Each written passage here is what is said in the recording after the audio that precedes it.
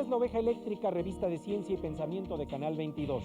En entrevista exclusiva, el Premio Nobel en Física Robert Loughlin nos habla de lo que revela la pintura impresionista sobre las leyes complejas de la naturaleza. Por su parte, el artista plástico José Luis Cuevas nos da su perspectiva desde el mundo del arte. En la columna Pensamientos en Rotación, el doctor José Luis Mateos nos habla de un nuevo estado de la materia, un hallazgo por el cual Robert Loughlin mereció el Premio Nobel en 1998.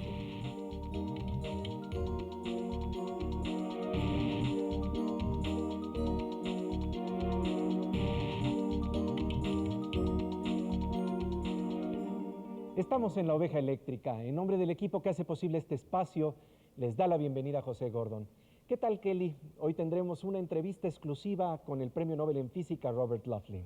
Así es, Pepe, y ahora vamos a ver unas hermosas imágenes de un anuncio televisivo.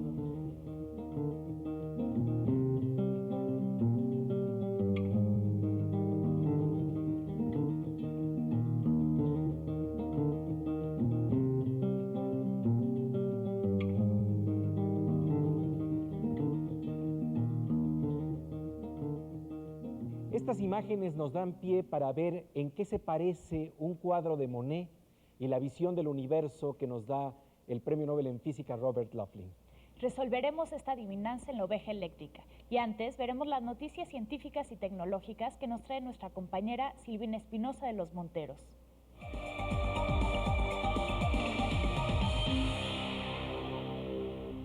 El gato es el séptimo mamífero cuyos genes han sido identificados por completo.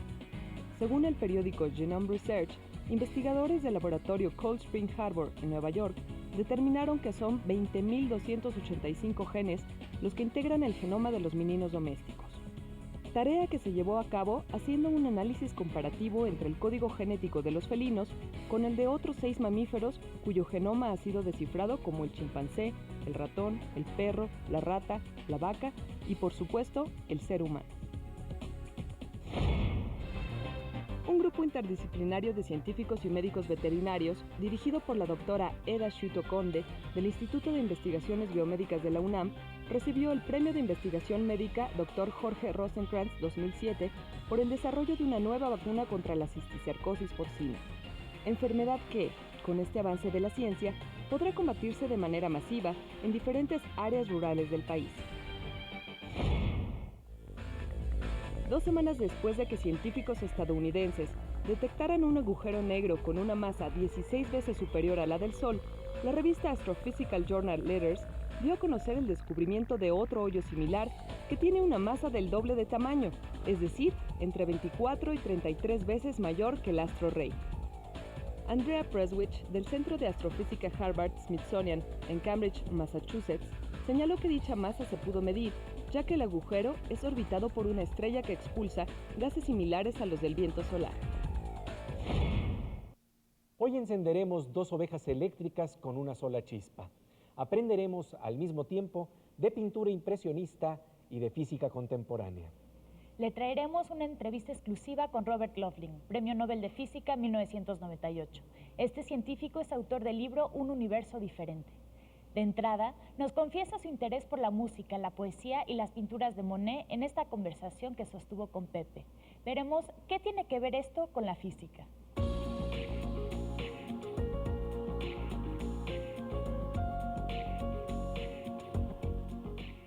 I've met many physicists like me who wish they had been movie composers. In fact, I often say this, if I had another, I'm beginning to understand how music works now, and I thought, oh, it's so wonderful. If I had more time on this earth, I would learn how to do it, because it's a wonderful thing. Well, I'm not the only one, there are lots. You find scientists in all categories tend to be abnormally interested in poetry, whereas most people couldn't care less about it. They're very knowledgeable about about art. They love free trips to Europe so they can see all the museums, you know? And they like good wine. And they like Monet. And they like Monet. Now, I'm glad you brought that up. Now, let me show it here. This is, of course, one of Monet's later paintings. It's a series he made of haystacks, same haystacks, but in different moods. So this particular one is hot and red. There are some that are gray and mystical. And they're wonderful studies in how color affects your mood. Now, one of the reasons I like to talk about Monet in the context of this book is that it's very graphically the same idea. So in Impressionist painting, the meaning of the painting is in the whole. If you look at the little tiny parts of this painting, it's just a smudge. It's just a little nothing. Okay, it has no meaning at all. It only gets meaning as you step back and back.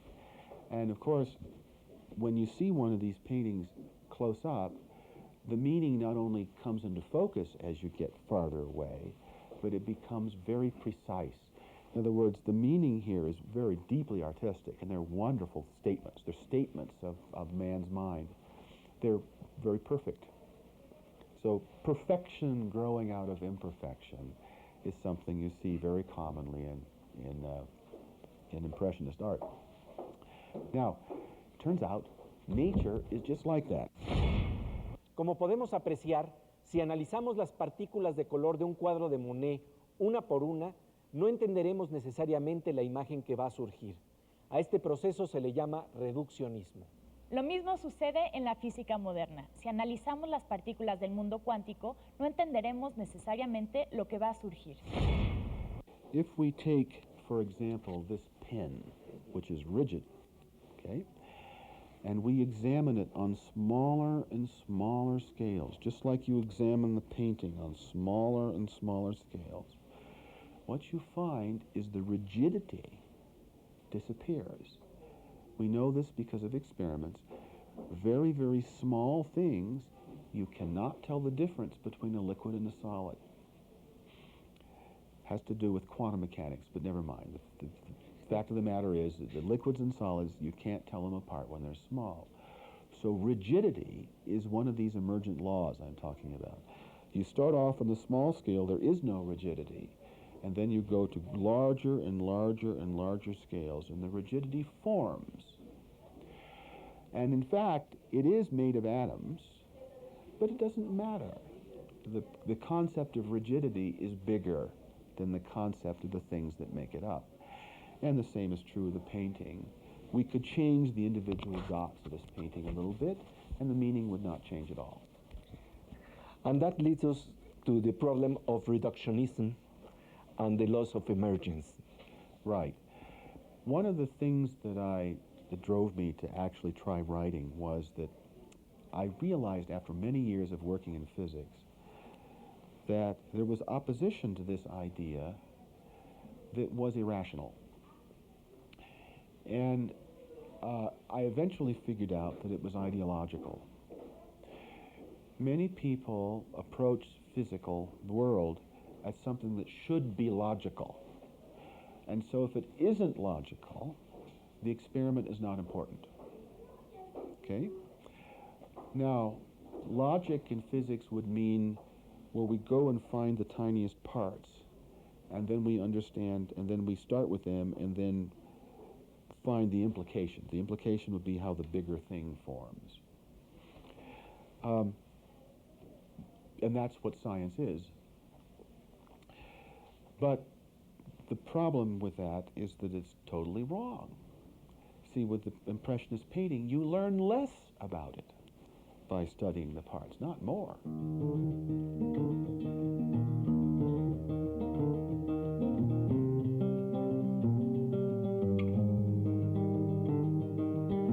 One night to be confused, one night to speed. Cuando las partes o los puntitos interactúan en sistemas muy complejos, se expresan nuevas leyes, surgen nuevas formas de organización. Los puntitos toman la forma de casas, de calles, de árboles. Estas nuevas leyes no se entienden nada más a partir de las partículas elementales, por eso se le llaman leyes emergentes. Después de un corte, José Luis Cuevas nos explica cómo ve el arte este proceso.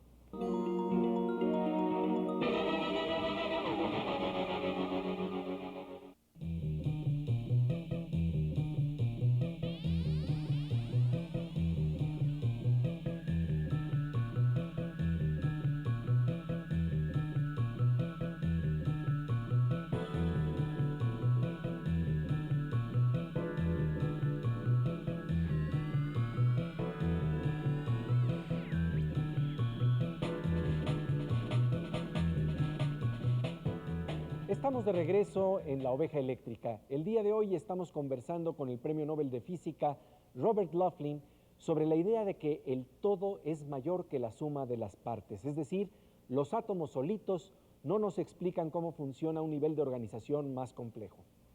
José Luis Cuevas nos explica cómo se expresa esta percepción desde el mundo del arte.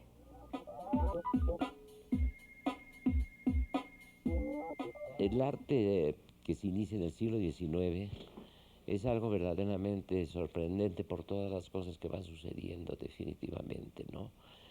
Vamos descubriendo mundos distintos, vamos descubriendo una forma diferente de ver el paisaje, de ver al ser humano también, ¿no? Digamos que es una de las cosas que pasan dentro de las artes visuales. Pero en Monet pasa en una forma diferente. Tú te vas alejando y vas descubriendo lo que es la pintura de Monet, ¿verdad? Y no es el mismo Monet que tú ves si te acercas demasiado a sus cuadros, ¿no? Es algo verdaderamente curioso el hecho de que haya hecho esta observación un científico, ¿no? Tan notable como el que estamos mencionando, ¿no? No era una cosa que sucedía únicamente con Monet, ¿verdad? Pudiste haber descubierto estas cosas enfrentándote a las obras de Monet, pero también en muchos otros pintores empieza a dar este extraño fenómeno, esta extraña situación visual, ¿no? Que sin duda es muy importante, ¿no? Es importante mencionar la obra de los cubistas, y ahí tenemos también una visión distinta del mundo. Ahí podemos observar en las obras de estos dos grandes cubistas, que también hay otro también importantísimo como puede ser Juan Gris, ¿no? Ahí el fenómeno que se da y que también interesa mucho a los científicos, y diría yo que incluso hay una especie de vinculación grande con la obra de Einstein, ¿no? Con la obra científica de Einstein, ¿no? Nada más que los pintores se adelantaron, como puede suceder muchas veces, ¿verdad? Que se adelantan precisamente a los científicos, ¿no?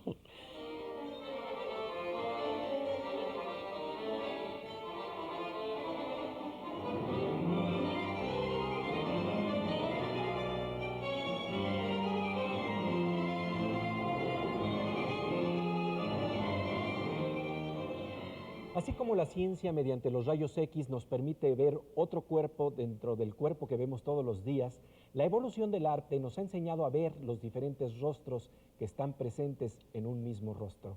Nos da mucho gusto contar con la imaginación y la amistad de José Luis Cuevas aquí en La Oveja Eléctrica. Por su parte, Silvina Espinosa de los Monteros nos trae datos sobre la imaginación de Robert Laughlin, que le hizo merecedor del Premio Nobel de Física en 1998. Así es, Pepe. En la columna Pensamientos en Rotación, el doctor José Luis Mateos nos habla de una sorprendente nueva forma de organización de la materia, que fue descrita por el doctor Laughlin. Veamos.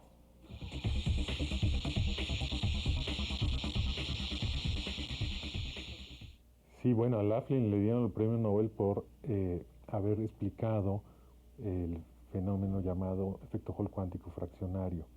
Esto lo explicó usando física cuántica y tiene que ver con cómo fluyen los electrones en un material, en un metal. Una analogía de esto podría ser lo siguiente. Para explicar ciertas propiedades muy sencillas puedo quedarme con un solo electrón, que es una partícula muy pequeñita, y para explicar el efecto Hall cuántico necesito muchos electrones actuando colectivamente o conjuntamente. La analogía podría ser pensar en un estadio de fútbol vacío con un corredor dando vueltas solo, y entonces la conducción de esa persona es el flujo de corriente. Y con una sola persona lo entiendo. Ahora, un efecto colectivo podría ser la ola de fútbol que se hace en los estadios, en donde cada persona está sentada en el estadio y ninguna se mueve, pero se levantan y se sientan en forma sincronizada y generan una ola que circula alrededor de todo el estadio. Y entonces tengo como una corriente no de personas, sino de una ola formada por un colectivo de gente, de aficionados en el fútbol. Entonces sería un efecto análogo a eso, pero en el extraño mundo de la física cuántica. La importancia del premio Nobel que ganó Robert Laughlin en 98 tiene que ver con el hecho de que él descubrió un nuevo estado de la materia, hay estados como el sólido, el líquido, el gaseoso, bien conocidos, pero hay otros estados que tienen que ver con efectos cuánticos, y encontrar un nuevo estado de la materia pues es algo muy, muy importante. Y este nuevo estado, que a veces le llaman estado de Laughlin, tiene que ver con cosas colectivas que explican el efecto Hall. El doctor Robert Laughlin nos habló también de una organización de la materia que calificó como un auténtico milagro de la naturaleza. Esto sucede en los fenómenos conocidos con el nombre de superconductividad y superfluidez. El comportamiento colectivo de ciertas sustancias en temperaturas cercanas al cero absoluto desafía lo imaginable. There are amazing things that happen with very cold gas, helium, that becomes liquid. And when it's cold enough, it becomes super. It can crawl out of the beaker by itself. And it can go through blocks all by itself. Like miracles. Like miracles. And if you start it spinning, it won't ever stop. Okay? Now, if you examine the helium very carefully to see where this property comes from, it vanishes away. Small bits of helium don't do any of those things. Only very large versions of it do. Time and a time, a time and a time, a time and a time, a time and a time, a time and a time, a time and a time, a time and a time, a time and a time. That which is now, and that which is to be hath already been. That which is now hath already been to be, and that which is now. For the first time in the history of the world, a young girl climbed into a tree one day. She climbed down. Pues la verdad es impresionante ver cómo el helio líquido atraviesa las paredes del recipiente que lo contiene. Su flujo no tiene ninguna restricción.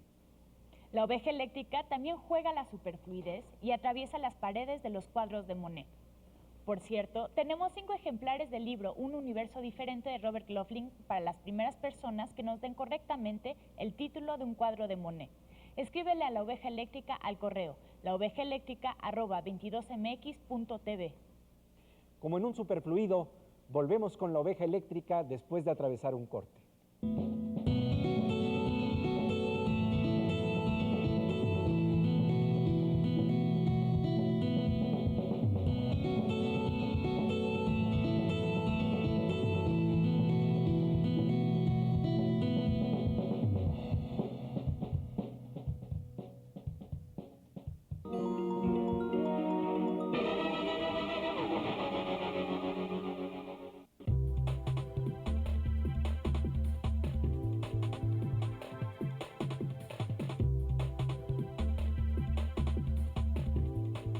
La oveja eléctrica se declara admiradora tanto de las pinturas impresionistas de Monet como de la lógica de Sherlock Holmes. Elemental, mi querido Pepe. La ciencia debe tener imaginación, pero también sentido común para ir más allá de nuestras ideas preconcebidas y prejuicios. El Premio Nobel de Física Robert Laughlin lo explica de una manera bastante divertida.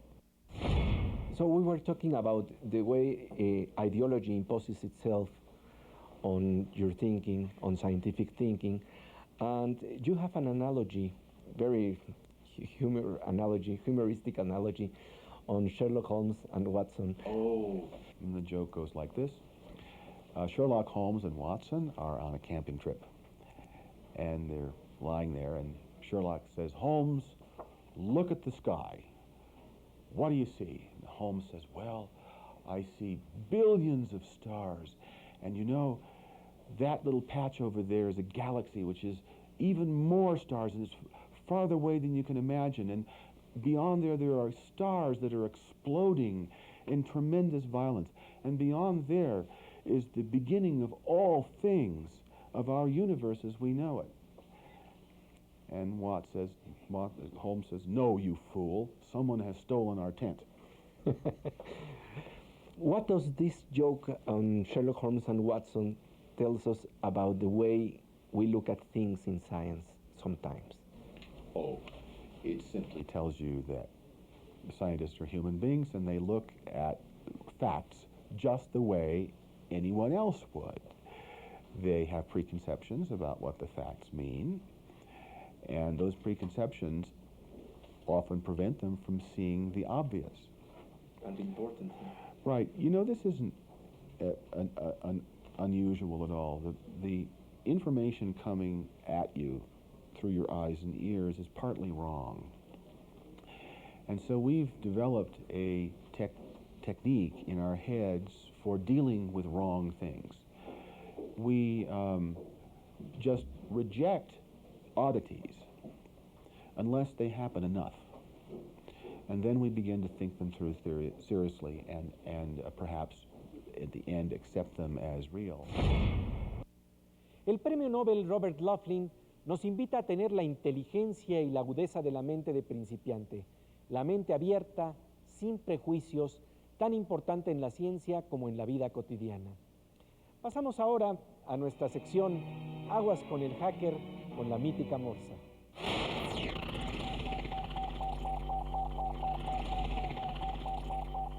Bienvenido, Morsa, a la Oveja Eléctrica. Gracias, Pepe. Oye, pues el día de hoy vamos a hablar de algo que la verdad sí da mucho temor. Que tengas una auditoría en tu computadora. ¿Cómo se da esto? Bueno, si uno tiene un sistema operativo como los que hay ahora, la mayoría de las actualizaciones se hacen a través de Internet. Estamos hablando de Windows, ¿verdad? En particular de Windows, pero casi todo el mundo está siguiendo esta tendencia porque es muy cómoda. No tienen uno que mandarle un disco a nadie, todo aparece a través de Internet y ya es prácticamente automático. Cuando uno se registra en la base de datos de, por ejemplo, de Microsoft, ya sabe que en cualquier momento van a llegar las actualizaciones. Pero la pregunta es si en esas actualizaciones no están auditando nuestras máquinas. En muchos casos puede ser que las estén auditando y hay una gran sospecha de que lo están haciendo. Lo hacen quizás con fines estadísticos para saber qué programas tienen sus usuarios, que a los norteamericanos les encantan las estadísticas y son felices. Pero en algún momento dado nos podrían agarrar con algún programa que no compramos o que alguien nos regaló o que nos fuimos al centro y nos lo dieron por 10 pesos y quizás nos podrían en algún momento dado el mismo software de actualización desinstalar esos programas o borrarlos o incluso podrían dañarnos los discos. ¿Qué sí se vale y qué no se vale? Porque digamos, de acuerdo, tienes un sistema operativo cuya actualización te está marcando, oye, este programa no es válido, pero se vale que entren incluso los programas que a lo mejor tampoco son válidos, pero que están también allí alojados en tu máquina. Bueno, se vale, mientras los programas funcionen, se vale que uno los tenga. Ahora, ¿cómo se hizo uno de ellos? Es un problema... ¿Pero se vale que te los detecten? Pues las empresas buscan defenderse. Ahora, ¿qué tan ético es hacer eso? Es como meterse a la casa e investigar qué clase de ropa tengo, qué clase de cosas uso. Hay que decidir si éticamente es correcto o no. Pero bueno, las empresas, y cuando hay dinero de por medio, son capaces de todo. Por eso hay que tener cuidado. Las actualizaciones automáticas son importantes hacerlas, pero hay que tener cuidado con lo que tiene la máquina porque nadie sabe si lo están uno auditando o no. Microsoft dice que no, ¿eh? Pero como dicen, Big Brother is watching you. Así es.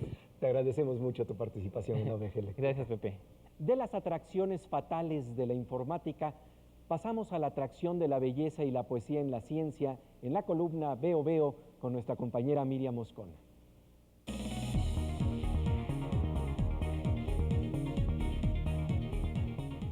La ciencia y la belleza la podemos encontrar en lugares inesperados. Me da mucho gusto encontrarnos con Miriam Moscona, como siempre, aquí. Pepe, un placer.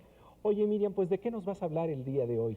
Fíjate que así como otras veces hemos hablado de espacios siderales o de organismos invisibles, hoy vamos a hablar de algo que espero que todo el equipo que trabaja en la Oveja Eléctrica tengamos en abundancia. Así lo esperamos también. Algo que llevamos en el cuerpo. Bien, pues veremos de qué se trata.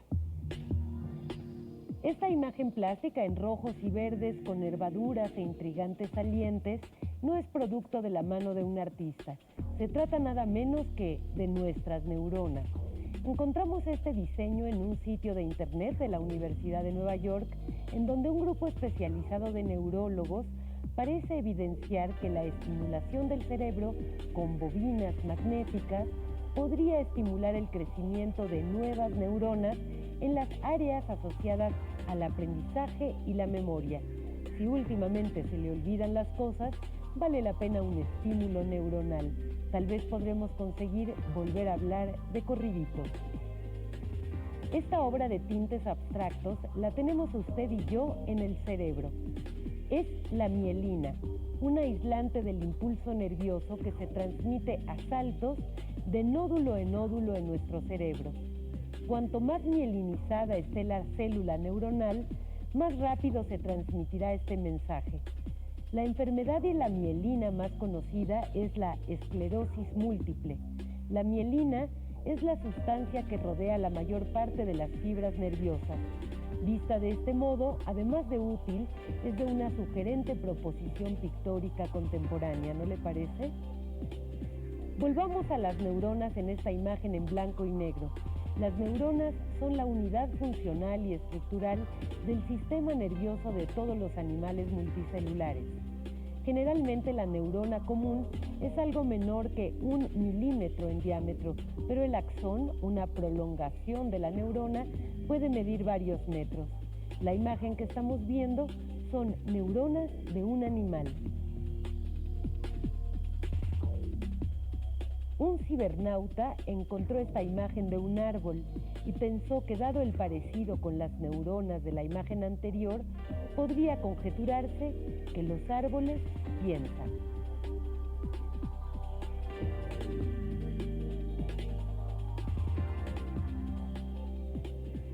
Un toque de poesía en la ciencia con Miriam Moscona. Esta belleza también es musa del premio Nobel Robert Laughlin. En nuestra próxima emisión le traeremos literalmente una sonata para átomos, las composiciones musicales de este físico contemporáneo. Así es, Pepe. La próxima semana continuaremos charlando con el Dr. Laughlin. Escríbanle a La Oveja Eléctrica. Nos encuentran en el correo electrónico laovejaeléctrica@22mx.tv. Nos dará mucho gusto recibir tus opiniones. Nos vemos en La Oveja Eléctrica, porque en Canal 22 la ciencia también te ve.